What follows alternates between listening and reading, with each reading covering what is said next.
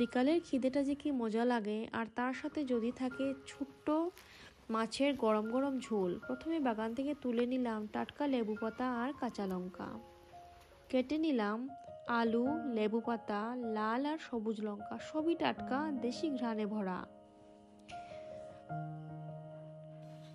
দেখো এখানে ছোট মাছ, একেবারে বাজার থেকে টাটকা।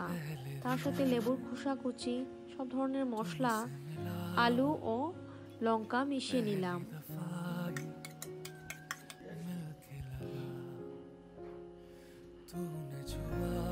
কড়াইতে ঝলমল করে উঠল সর্ষের তেল, তার মধ্যে সব দিয়ে কম আঁচে রান্না করলাম।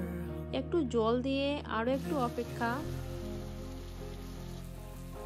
আর দেখো সাজানো হলো লেবুর পাতার ঘ্রাণ আর ধনে পাতা দিয়ে। এই হলো সাদা ভাতের সাথে খাওয়ার একেবারে খাঁটি মাছের ঝোল। চাখবে তো?